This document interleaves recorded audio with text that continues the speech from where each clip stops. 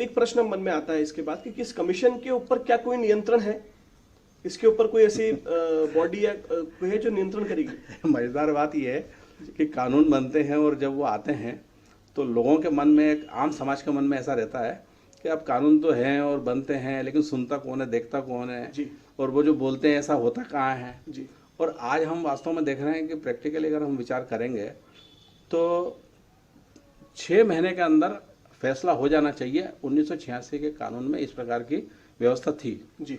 लेकिन कोई भी कारण हो सकता है कि हमारे पास अब ये मेंबर्स नहीं है, हमारे पास उसका अभाव, स्टाफ नहीं है, ऐसा कुछ बहाने बना के 6 माह की तारीखें मिलने लग गई। जी। मतलब जो फोरम लोगों को मिलजुल कर और वो कराने के लिए था, वो न्यायालय का स्वरूप बना लिया उसको और न्यायालय का स्वरूप बना के तारीखों पे तारीखें लगने लगी। जी। अब इस प्रकार की कोई चीज़ अब ये नए उसमें अगर होती है, ये जो नई व्यवस्था बनी इसमें अगर होती है तो उसको देखने के लिए एक प्रशासनिक नियंत्रण के लिए एक मॉनिटरिंग सेल एक बनाया उन्होंने। अच्छा। और वो सभी जो कमीशन है इसके कार्य पर नज़र रखेगा कि ये बराबर ठीक प्रकार से काम कर रहे हैं कि नहीं से ये, और ये बराबर समय पे सबको न्याय मिल रहा है कि नहीं मिल रहा है। अच्छा। जैसे मान लो एक बात आती है कि अगर कोई जांच वाली बात हो कि जिसमें थोड़ा जांच करना पड़ेगी, जिसमें लैब का सहारा लेना पड़ेगा, तो उसमें यह है कि भाई आपको ज़्यादा समय लगेगा। लेकिन कोई साधारण मामले होंगे तो उसको कम समय में फैसला करना है आपको, इस प्रकार का उसमें प्रावधान है। जी। लेकिन ये बराबर उस प्रकार से चल रहा है कि नहीं चल रहा है, वो देखने के लिए एक मॉनिटरिंग के लिए एक प्रशासनिक व्यवस्था बनाई गई है। जी। ये एक बहुत उल्लेखनीय बात है इसमें। तो ये जो कमीशन जो प्रशासनिक व्यवस्था रहेगी, ये प्रादेशिक स्तर पे काम करेगी या राष्ट्रीय स्तर पे काम करेगी? ये राष्ट्रीय स्तर पे काम करेगी। अच्छा। और पूरे देश में, चाहे वो नेशनल कमीशन हो, चाहे वो प्रदेश कमीशन, हाँ राज्य का हो, चाहे वो जिले का कमीशन हो, अच्छा, तीनों पे पूरा वो निगाह रखेगी। ये एक बड़ा अच्छा प्रावधान इस अधिनियम के अंदर आपने बताया कि कमीशन का दिया गया है। क्योंकि मैं जब इस बारे में रिसर्च कर रहा था तो मैंने भी देखा कि 5-5, 6-6, 7-7 साल से पुराने मामले पेंडिंग अभी तक कंज्यूमर फोरम्स में पड़े हुए हैं। तो शायद कहीं ना कहीं उससे इनको लगाम मिल सकती है।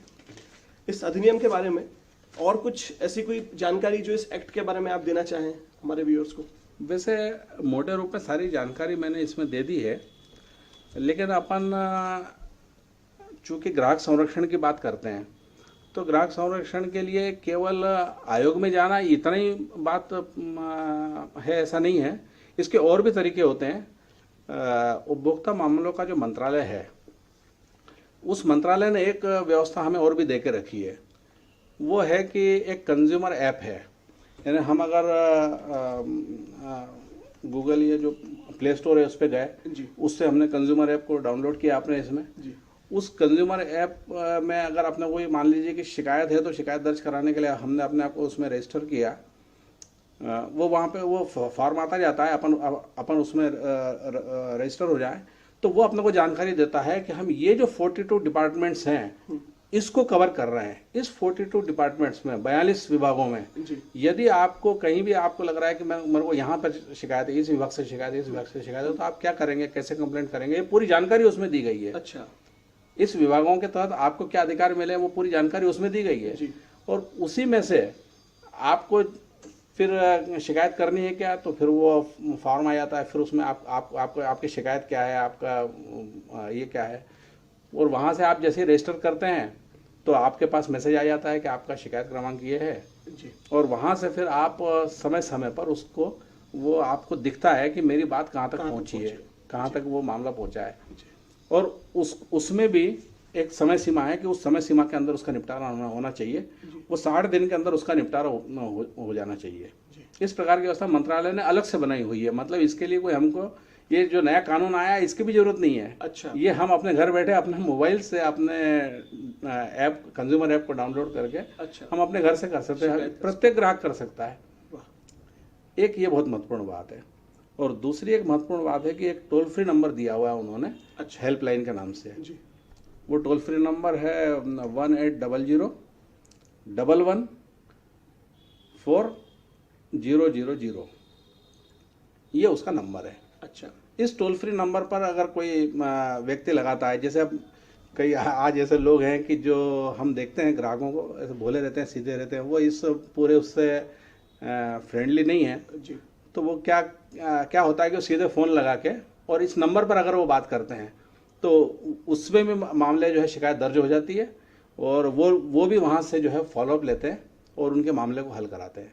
तो ये मंत्रालय ने अलग से व्यवस्था की हुई बड़ा है, प्रावधान, ये एक बहुत बड़ा प्रावधान है जो नया कानून आया है इसके अलावा ये प्रावधान है। अच्छा, तो ये एक अच्छी व्यवस्था इन्होंने की है। आज हमने देखा जी सबनीस के साथ जो राष्ट्रीय संगठन मंत्री हैं ग्राहक पंचायत के, कैसे ग्राहक पंचायत के सुझाव, केंद्र सरकार को दिए गए सुझाव और प्रयासों से इस अधिनियम की रूपरेखा तैयार हुई और इस अधिनियम से किस तरह से ग्राहकों को बहुत सारी सुविधाएं और फायदे आने वाले समय में मिलने वाले हैं, इसकी जानकारी आज हमें मिली। आगे भी इस तरह की परिचर्चाएं, वो कार्यक्रम हम आपके लिए लेके आते रहेंगे।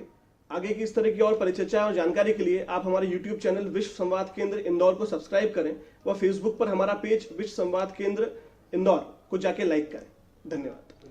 मैं भी विश्व संवाद केंद्र के लिए बहुत बहुत धन्यवाद ज्ञापित करता हूं कि हमारे ग्राहकों तक ये जानकारी पहुंचाने के लिए ये जो आप माध्यम बने हैं और सबको जानकारी पहुंचाएंगे, ये आप एक सर्वसामान्य ग्राहकों के लिए बहुत अभिनंदनीय कार्य कर रहे हैं। इसलिए इसके लिए मैं आपका धन्यवाद ज्ञापित करता हूं और आपका आभार व्यक्त करता हूं। नमस्कार। नमस्कार।